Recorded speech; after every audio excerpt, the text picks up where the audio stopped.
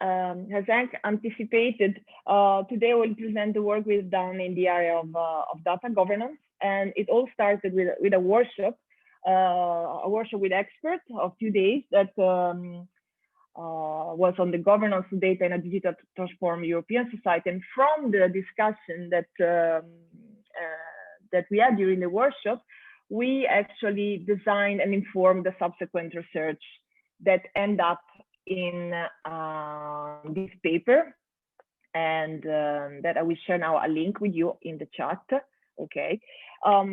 So the presentation will somehow very specific, maybe compared to the presentation of the more narrow, but I think it connects to many of the perspective and the challenges that we already addressed about in general about the governance of a digital transformed society. So let's see. And it all starts again with the, let's say, usual consideration that most personal data today is controlled by a handful of monopolies, and this leads to a certain problems such as discrimination, inequalities, and power imbalances, and especially that the value that is generated from such data, which is massive data, is not fairly distributed. So, and the social value remains untapped. So data that could be used for other purposes, societal purposes, or different purposes, is not easily accessible for the soul. And so basically, we do have a taken for granted model of data governance somehow, or a dominant model of data governance that has been defined as platform capitalism or surveillance capitalism. But I think we already addressed that. One of the key issues is that we have lost control of our personal data, as many have been vocal about, not just, but also Tim Berners-Lee, which is noted as the inventors of the World Wide Web. So there is somehow a big data divide that exists, not just in terms of access, and also in terms about uses of this data, which is, so the question could be, how could government, citizens, civil society, and other companies find ways to use this data for other benefits? And indeed, this question, even if we all agree, and especially focusing now on data subjects and users, even if users do agree on privacy policy and terms and conditions of platforms, it does not mean, as we know, that there are not issues, such as, of course, very big power asymmetries between user and other actors and big tech platforms. Okay, so the debate on personal data collected on digital platform moved from a focus maybe only on privacy to also include other issues such as those of control and use of data. And so there is an increasingly interesting debate and initiative aiming at all these different areas that here are just sketched. So issue of empowering data subjects, ethical approaches to AI, and data used for the public good. So basically, when we conducted the workshop, and we realized that there were several buzzwords, several concepts that were increasingly gaining traction in the policy debate and in the public debate, especially after the GDPR came into force. No, and for instance, data sharing between business and government, data donation from citizens. But we also found that there were very many different terms and concepts that somehow had unclear definition or contradictory, or coming from different disciplines, such as some of those that you see here. So we started with this idea. We started our research to better understand what is going on in terms of practices for data governance. Okay. Of course, another issue that has to be taken into account that also is very lively in terms of regulation. So there are after the GDPR, there are now new regulatory framework and regulation are coming that actually address some of the issues that I just mentioned, especially the common European data spaces for data donation, or the Data Act for business to government data sharing. So that's the context in which our research fits. And acknowledging this, we wanted to understand, we wanted to move somehow from a critique of surveillance capitalism to a better understand of what are the alternatives. So what other models of value generation are possible? What other power relations are possible between data subject, other actors, and big tech, the corporation? And so we wanted to increase the know-how of these approaches, but also to try to systematize, and also to provide some heuristic tool to better understand and approach and still learn and study this subject. Of course, the idea is to contribute to a fairer data economy and data society. And so I would like to focus for a few minutes on this definition of data governance. And we discussed already yesterday, so maybe we can discuss also later. So basically, we used the notion of governance to suggest that a form of governing that is not only the result of rulemaking, but is the result of a process in which there are social interaction, cooperation, negotiation between different stakeholders. So basically, of course, governance, the term is used to underline that it's not just the government, but there are other stakeholders involved. And according to their power to make their voice heard, to implement decisions, we can speak about good governance or not, in terms of,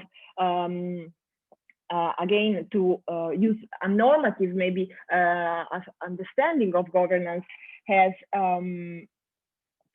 in which the participation of a broader set of stakeholders is somehow acknowledged as a value, no? As opposed to the idea of a sort of authoritarian state or a sort of privatized governance, for instance, in the case of internet governance.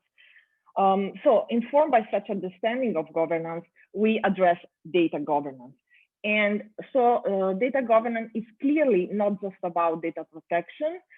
It's not just, it includes privacy and protection, but it's broader from that. And it's not just about data management, at least in our understanding.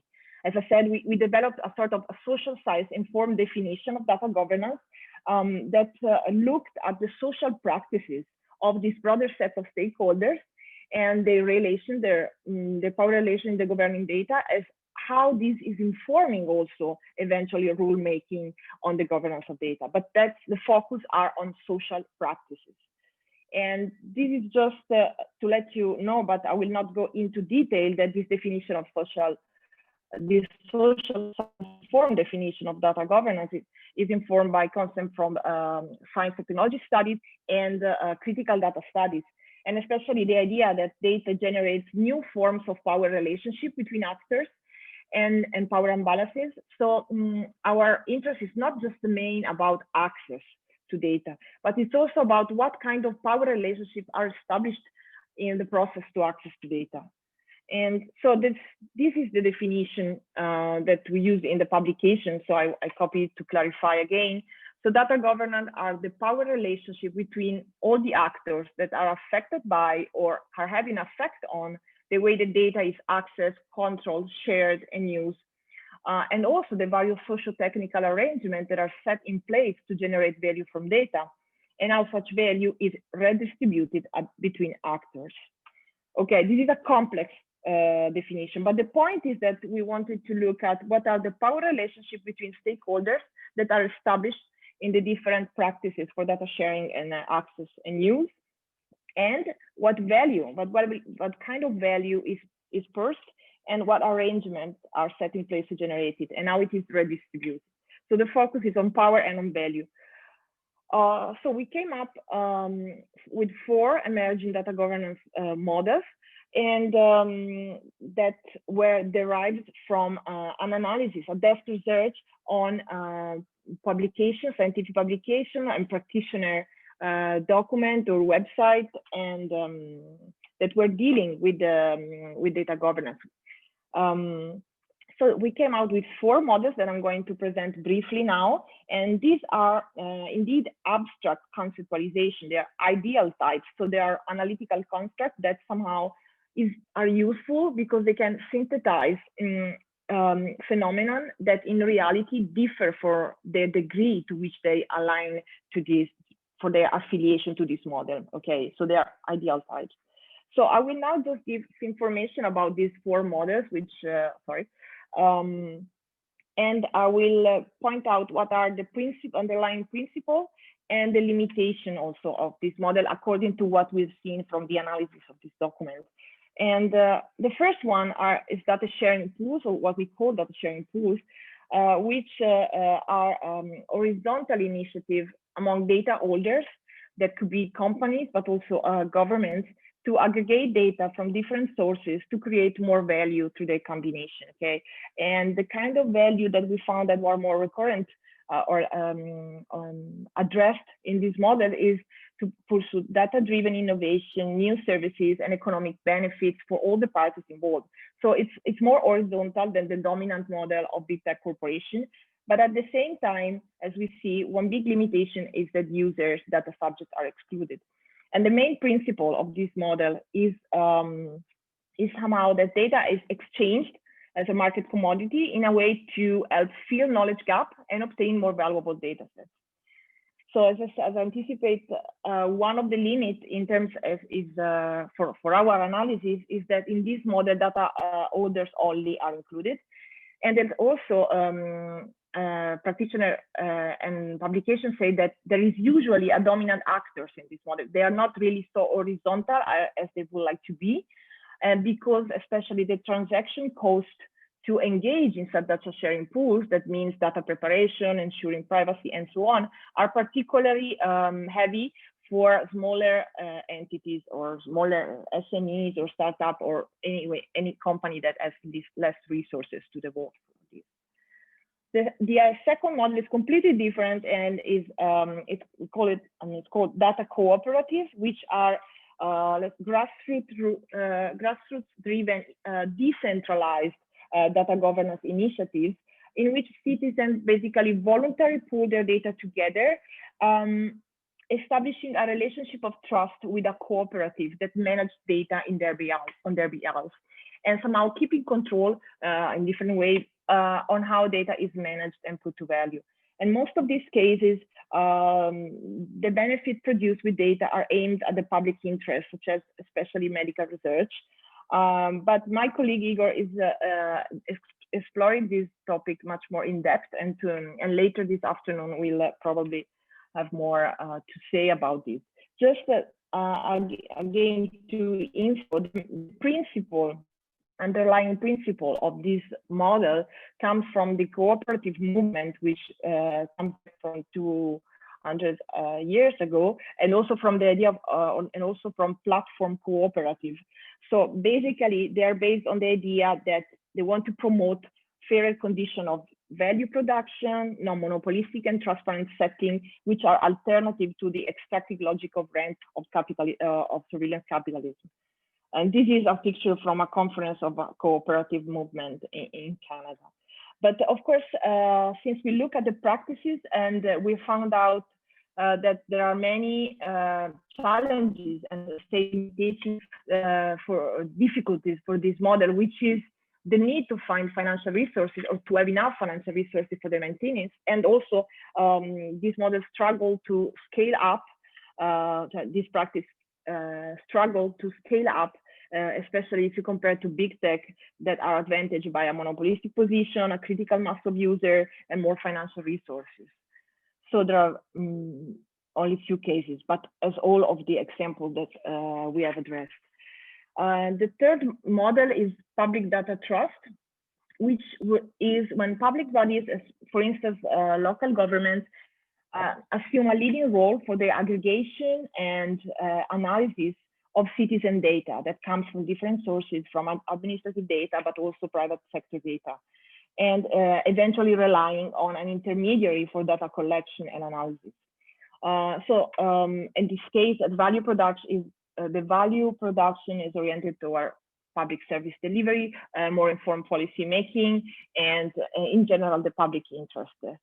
So the principle here is that data with a public interest component, even if collected by private companies, but if it has public interest component, the information that is contained should be put at the service of society as a whole in some ways. Okay. And there are several obstacles and limitations for this kind of models. First of all, the lack of, at the moment, the lack of incentives of private companies to actually engage in data sharing with public bodies because of the many transaction costs and other reasons. And then also these public data trusts are based on a relationship of trust with citizens. Because are not just the recipients of this model, but they also be in sense of that there need to be an establishment of a relationship of trust, and they must be sure that their data is connected, is safely and efficiently taken account, as from the cases of contact tracing app, or also the failed initiative of Sidewalk Toronto, in which our lack of trust was clearly a problem, for instance. And of course, there are many other issues in terms of lack of data culture of this organization, and so on. We move now to the last model that we have examined, which is we call personal data sovereignty. In this case, public data subjects gain control of their personal data thanks to data portability rights of the GDPR, and can choose from digital services that are defined personal data spaces, how to manage, use, and share their personal data. So basically, through these services, they can better control and use their data. Many, reading about this model, we found that many kind of value are pursued in terms. Also, one aim is to increase data subject self-determination, produce knowledge, or eventually use this data for other purposes for the public interest, and then also economic growth for that comes from the secondary use of data in different realms. And as we have already talked a lot about this, again, the underlying principle comes from the idea of technological sovereignty. So, and it applies that to the idea that data subjects should be able to reduce the influence of IT commercial companies and foreign states in the control of the information. So that's the underlying principle of this model. And the limitation, well, is probably the idea of depending on personal data space, which could be also, as I said, commercial companies, which then could have interest in gaining more power in the market, of course, and maybe could be of different types, and some of them could nudge toward different activities. And second of all, that citizens are not necessarily aware of this because these personal data spaces already exist, but are not that widespread. Citizens tend to be unaware or could be uninterested, not be capable, not having the skill of using these services. So that would be probably not efficient somehow. And so to what extent these model redress the power asymmetry that we said of this dominant model? First of all, 3 out of 4 actually involve somehow data subjects, because in the first is more horizontal to a certain extent, but only between data holders. And in the other cases, there is always a trusted intermediary that handle data for data subject. So it could be a cooperative that allow more democratic control over data and share responsibility in its management, or it could be a public body that is somehow entrusted by citizens to use their data ethically for the public interest, or could be a commercial service such as a personal data space or an ecosystem of personal data space that allow data subjects to choose what to do with their data. In general terms, this I think it underlines that the more powerful data subjects are in a data governance model, the greater the accountability will be required to data holders. And in turn, this could limit at least some risk and some data misuses. And among all these models, only data cooperatives and to a certain extent public data trust explicitly challenge the datification and mercification of information that characterize platform society. So all of this has some input, to some extent redress the power asymmetry, but all of this only to a certain extent probably. And one other comment, and then I go to the conclusion. One finding was that the idea, the notion of data trust, the term data trust or of trusted data intermediary was common, is very common, and was actually associated to all of these models, because in the practice that informed all of these models, we could find the use of data trust, but this was associated to very different kind of meanings. So, so the point here is that it's important to highlight how a socio-technical perspective on data governance can help to better see what are the power relationships, instead of maybe me being too much focused on instrumental issues about increasing sharing that can be behind the idea of data trust, of course. And so basically, some concluding remarks from all this is that, as you probably already understood, the actual use cases from which these models are derived are most of all in the early stages. So they are now pilots or niche initiative, or anyway at the early stages.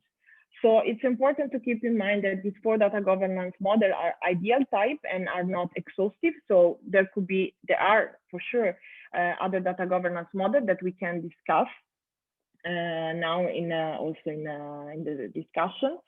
But at the same time, these models want to have basically an heuristic value for informing empirical research on current data practices.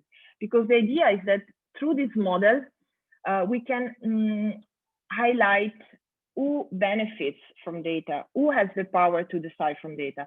So they help to emphasize some certain question behind other question, which could be sharing more data, or increasing efficiency, okay? So, and also this model would like to stimulate a discussion on what kind of desirable futures do we want for our data society, you know?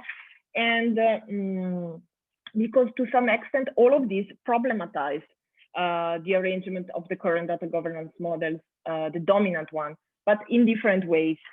So there is not a one-size-fits-all solution. I'm not the first to say that, but we are not the first to say that, but it's still important to underline it, because the combination of this model can actually be informative for new regulation, for being more effective in challenging the power asymmetry of the data economy. So we conclude with this remark. I hope the time is okay.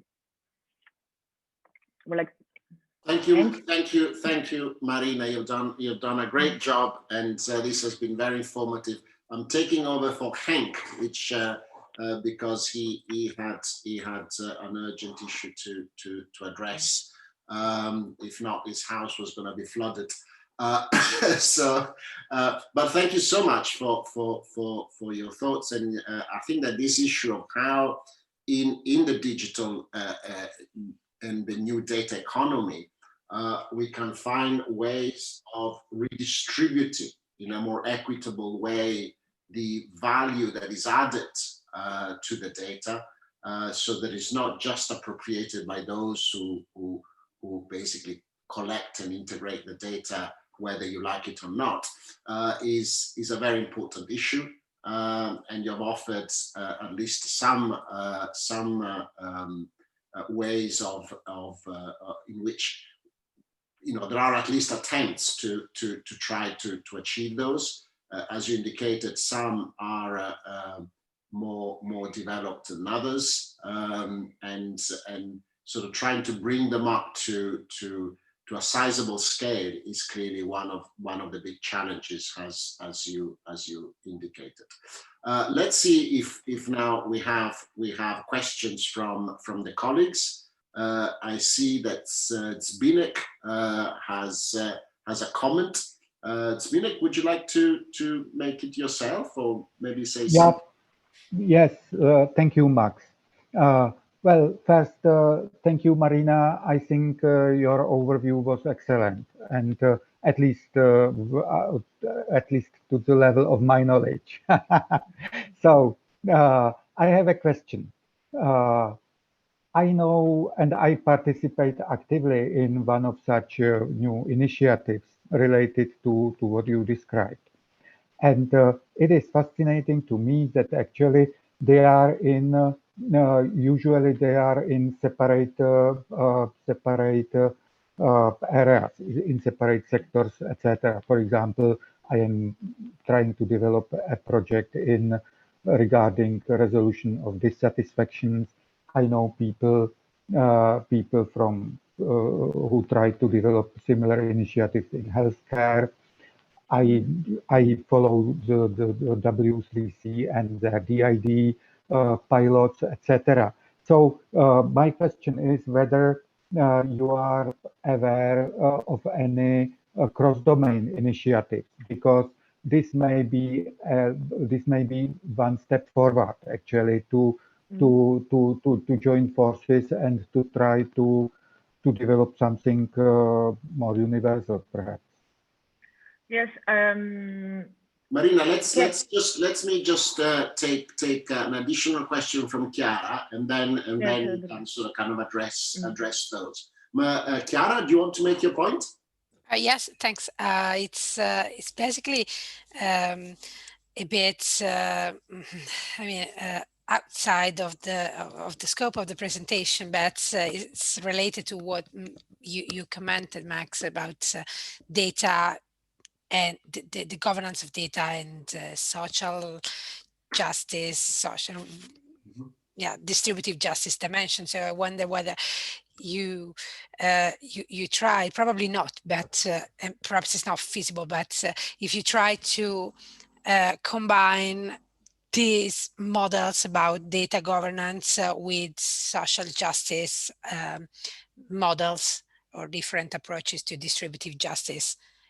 I understand it's a bit far away, but the purpose, if Max correctly resumed your message, is basically using data in a fairer and a more equitable way, and governing data in a more fair and equitable way. So. Okay, Marina, you want to pick those two points up? Thank you for the question. And regarding cross sector initiative, if you mean cross sector in terms of applying different models, or I'm not sure if you I think it meant or different data, kind of domain data, different sectors, as in health or education, or together. Okay, that's what you meant. Now, because at the beginning I was thinking cross domain in terms of I'm not sure I'm very familiar with this cross domain initiative, I have to be honest, because I'm thinking right now, but most of these examples are more domain specific, those that I found. Anyway, what I wanted to point out that there are, for instance, also some repository of initiative of this kind online that can be, I mean, just as an additional reference from my research, in which you can maybe find more examples, even if the categories are not so well structured in terms of, I mean, they are not structured in terms of power relationship between stakeholders and value as I presented, but there are repository of initiative of data sharing, for instance, between public sector and private sector, and sometimes citizen. For instance, this repository from the GovLab, in which the Data Collaborative Explorer, which has a collection on initiative. But indeed, I think, as we can see, there are some cross-domain, but yes, the Amsterdam Data Exchange one. Yes, I don't have a straight answer, but for sure there are some, even if the majority that I came across are single domain. That would be the quickest answer, yes. Okay, and about the mapping to collaborative justice models, is it something? Okay, yes, well, I would be curious to know more about your ideas, because maybe we can work together on this for a future paper. No, because of course we already had a lot of kind of different theories informing this paper, coming from critical data studies and science and technology studies, that informed the analysis of the data practices. But as you said, it's correct to apply social justice for the question of the value. So probably our focus on the power relationship was mainly informed by critical data studies in terms of data politics and how the sharing of data can generate new forms of power relationship, as I said, but we didn't use social justice. But I would be interested to know more about what you think about it. What kind of connection did you see? I can see a clear follow-up paper from here. Yes, I'm seriously. If you want, you can. I think it would be very useful, Chiara, to yes. So you are posing the question to me back.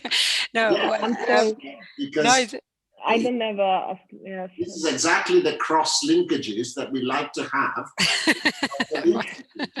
That you find somebody who has a related interest and related activities, and then you try to find exactly the innovation is always in the in between. In between. No, yeah. Because I know some work about, for instance, datification in the global south from Lynette Taylor and so on. But our focus were mainly in European. So, for instance, we acknowledge that there are such research on datification in the global south that consider, for instance, similar issue and maybe probably use much more a social justice perspective. But it was a bit different from our aim at the moment, at least, to provide this heuristic frame to read the governance. Yeah. So if I may, of course, it's. I anticipated that the question was a bit outside of the exact scope of your research and the paper itself. So I apologize for it. It was just something that comes to my mind, and I find it interesting. Apologize, Chiara. This is exactly. I'm just curious. Yes. What you were thinking. Well, actually, there may be, of course, in the global south, evidences of disparities and inequalities are much more clear, so to say. But the European context is a very vibrant laboratory for everything that is at the forefront of social political research. So it's very interesting investigating how different models of data governance can interact with different basically social political approaches in general social political approaches. So it's from a theoretical perspective, this is very intriguing to me. I haven't wrote the paper yet, so it's I don't have an answer, but I would be curious to see whether there is a connection, and I'm sure there is a connection between different ways to approach the social justice issue. So not I mean, specifically distributive justice, but in general, every kind of justice-related issue. You maybe approach it from a libertarian, liberal, or social democratic way, or even different ways. And so this is obviously to be followed up with you, Chiara. Oh, right. Any other questions coming from the audience? Any comments or points? While you think about it, maybe I'll ask you a question, Marina. I mean, I know we will be hearing from Igor later this afternoon, and he will elaborate more, hopefully also on this issue about the local and the city dimension. But in your review of these different models, did you have a sense whether some models were more used or at the local level as opposed to the national level, or they were just sort of kind of academic projects? I mean, I know that you've been investigating a lot of these data sharing issues at the urban level as well. So yeah. did you find that in your research at the urban level that some of these models were more prevalent than others? Or can you say something about the territorial dimension, if you want? The territorial, and also which is more prevalent, if I understand well. Yes, of course. For doing this, Max, we need a new research. We have to continue the research. Next step, because unfortunately, your slides. Yeah, I was trying to look for the slide with the synthesis, but it's blocked. Okay, and I think. I mean, I don't have an answer because unfortunately we didn't actually measure the model uptake. Also because, again, as I said, the models are more heuristic than real. So for instance, most of these models, the idea of these models are found in for instance, 2 models could be found in one initiative. As for instance, the Code project from Barcelona actually embraced a lot of these. So actually the idea was exactly to make clarity, because the idea of for instance, sovereignty can be found in very different concepts and very different initiatives. So regarding what is the more common one, well, I cannot tell by my experience. So I don't know what to answer. Well, at the local level, I mean, I would assume that at the local level, some of these yes, different models are easier to achieve than in a broad national context. So I just assume just because you're more local, more focused, or more focused issue. So did you find any evidence of that?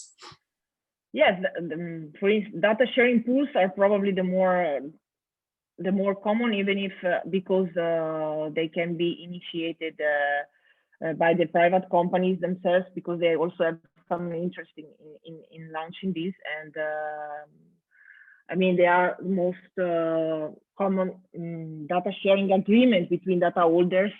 So I guess to one level, this is the most common to do. Also at the city level, for instance, between local administration getting access to, for instance, telco operators' data, or data from subcontracted services, or data from social media or websites such as from Airbnb, Booking.com. But this is still, anyway, from my research on that part, on that was, for instance, because I was doing another strand of research that's more focused on the sharing of data specifically between business and government.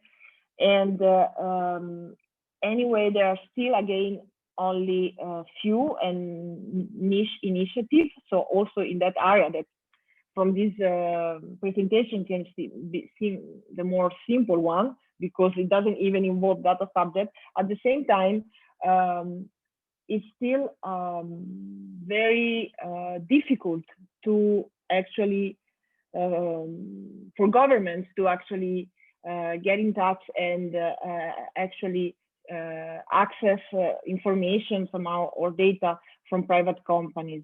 So even if at the local level I've seen that agreement that resemble data sharing pools, I cannot really say that they are widespread from my experience. And yes, and also public, yeah.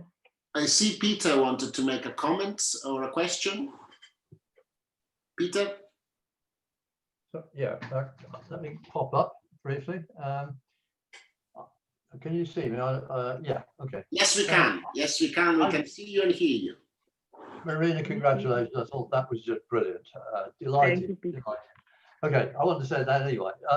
The question I put up, if you can see it on the chat, is about the kind of, let's call it commercial surrounding of data. And I mean, it's quite clear that data, once it's assembled, forms an asset. In the private for profit world, that's quite clear. It has asset value. It can be traded on the international marketplace. Google, Facebook make millions out of it simply on the basis of its existence. Most of them don't actually make that much money, but they own an asset. That's clear. With the co-ops, it's also equally clear that the data is held in common by people for some mutual purpose. That's also clear. We know where the asset is. When it comes to the personal data sovereignty bit, there's a lot of US debate. I've seen quite a lot of it on, yes, this sounds brilliant in terms of the privacy, ownership, integrity stuff, but data needs to be current. It needs to be innovative. It needs to move and flex in a dynamic world. That has a cost. And the issue there is, how is that asset to be continually beneficiated, if I use that word, over time? What's the flow of value to that? Google can do it, the co-ops notionally can do it, but in the end, power in the marketplace, given this situation, will always, it seems to me, default to the big asset holders, the big ones with the finance. And those at the bottom and doing the bottom up, this is the world we live in, will always struggle to keep the currency, to keep the maintenance, to keep the innovation going. Have you got a comment on that? Yes.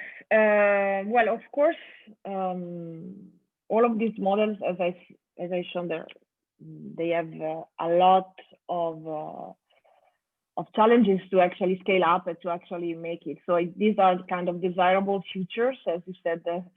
In the current scenario, it's very difficult to see personal data sovereignty model to actually scale up.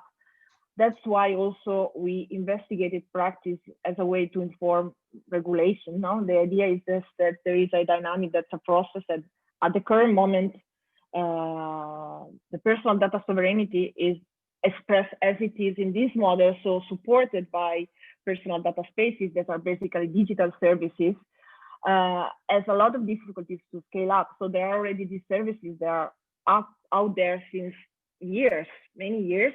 And at the beginning, there was also other workshop at the European Commission specifically about personal data spaces, because the idea was already there. Like 4 years ago, there was a workshop, or 5 years.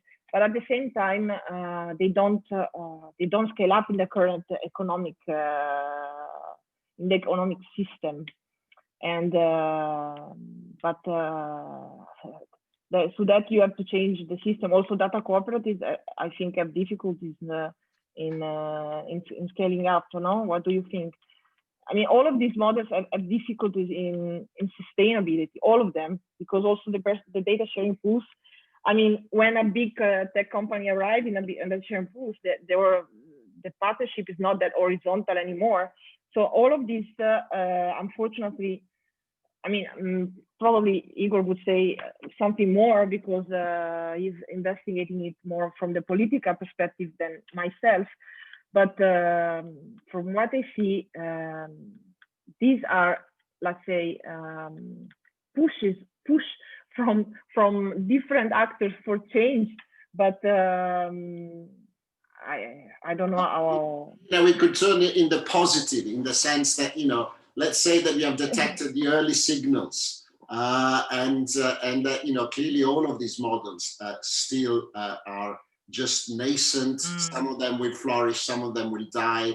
I mean, the work that Marina and colleagues have done, we have sent, you know, we have contributed also to our colleagues who are responsible for data policy in the Commission. And there is a new regulation that will come up at the end of the year on data governance in relation to the European data spaces, so linked to the European data strategy.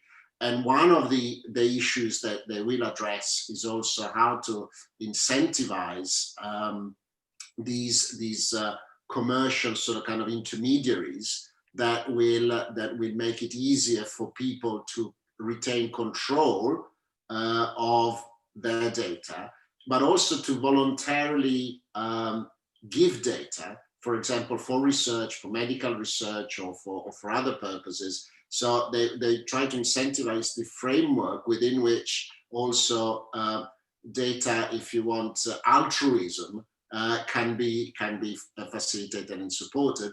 And I think that, you know, we'll need to see how these mechanisms will work. But the fact that there is some attempt to try to find and to support these alternative models to the current one, I think that they are positive. I see quite a lively discussion here between Zbigniew and Chiara, but I see also Ilona coming in, and she hasn't spoken yet. So Ilona, can I ask you to come in?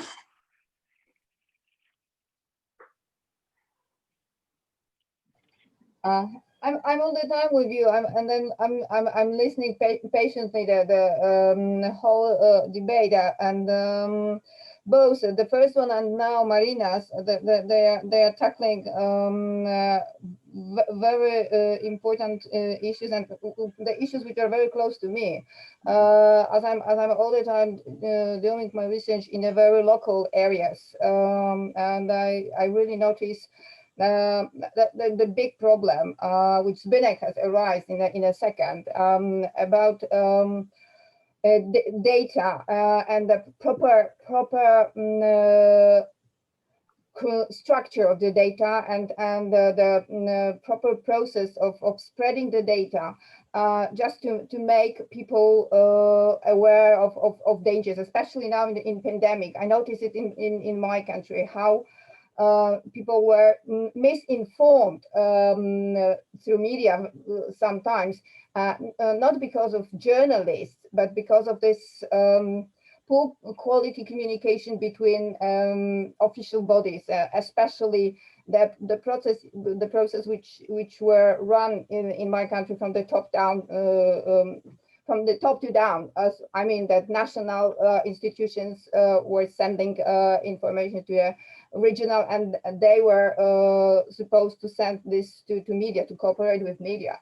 And what was the worst, what I observed and what I analyzed is it was that the information was spread with a huge delay, and there was causing a lot of problems for local communities. So that's why I think that this is really needed. We discussed it yesterday on our session, that this correlation, or the access to the real data, to the truthworthy data, is really something which we need at this local level, and it has nothing to do with censorship, that somebody will control the process, but that it should be really structured in any way, especially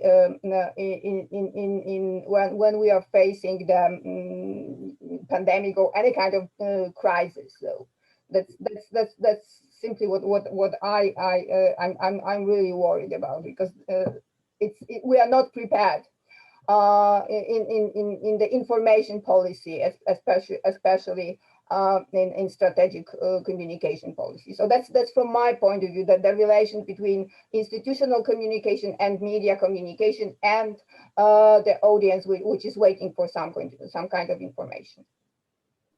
Thank you very much for that, Ilona. I see a lot of discussion here on the chat in relation to the paying for these services. So, you know, in order for all of these structures, whether it's the cooperative or the intermediaries or any of these different models, in a way that needs to be they need to be sustainable, and they need to be able to scale up. So sustainability, it's also about organization, but also economic sustainability.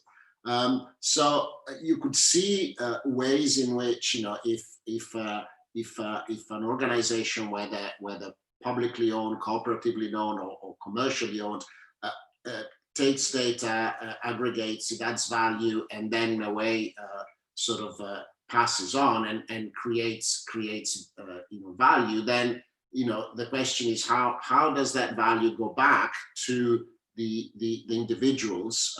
So in the context of cooperatives, maybe that could happen. We'll hear about from Igor this afternoon. But in the context, for example, of personal data sovereignty, Marina, how do people get back some of the value? Is that value, should that value only be measured in terms of economic value, or maybe do they get back some kind of value in terms of public value? How do you judge this redistribution of value issue? Yes, of course, we didn't consider only economic value, but different forms of value, or in terms of what kind of benefits can be produced with data more broadly. And of course, the issue of value should be explored probably more in depth, because that's crucial. But the idea here was simply to highlight how to unlock the various kind of benefits that this data, that is personal data, again, we have to highlight that it's personal data, data generated by persons in there, and could be used. So of course, personal data sovereignty and personal data spaces are developed with this idea explicitly to allow people to use their data for other purposes, which could be the quantify. It's similar to also somehow a very individualistic idea, because you can use this data for your own self, such as for the quantified self movement, or self-tracking, or keeping integrating information from yourself from different sources to know more about your health, for instance. But it can also be for other purposes that you can, and then it's overlapped with the idea of data cooperatives, with the idea of using this data also for the public benefit, and so on. So it could have many different kind of benefits. Yeah. Well, I see that there's you know, quite a lovely discussion about this question of how to generate, to capture, and redistribute value, which I think it's one of the fundamental questions that we need to try and address in this question of governance. I think that we have, what we will do is that we will keep these issues warm for the discussion that we'll have shortly. So I think that we are coming up to the 11 o'clock mark. So Marina, I think that we thank you very much for your presentation. Again, a big applause to you. You've done a fantastically good job, and has been very informative. It aligned also enormously well with all the discussion more about the organizational cultures and all the issues between these local and national and transversals, competition and power that we have. Thank you, Mark. And I just want to thank Peter and Zibnet for the comments that about the public role, and which is also one of the thoughts that guided me for the next step of this research. Now, what is the role then of the government? And exactly. So I'm happy for the discussion. Yes. So thank you, Max. And but